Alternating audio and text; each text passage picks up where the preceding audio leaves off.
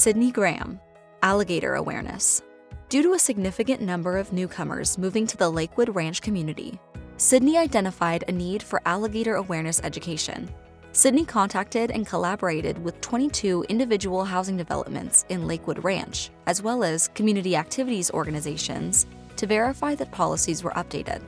She contacted Florida Fish and Wildlife, developed a public service announcement video for Facebook and YouTube, and offered alligator safety brochures at the local town hall. The number of views and alligator complaints will be tracked and measured, and public concerns were reduced as a result of her efforts.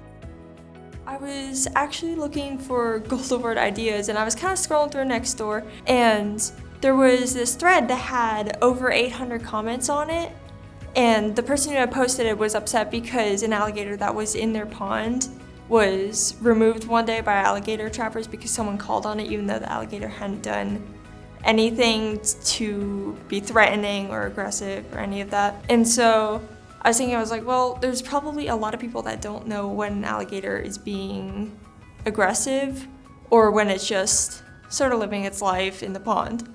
So I figured that people should probably know when to call.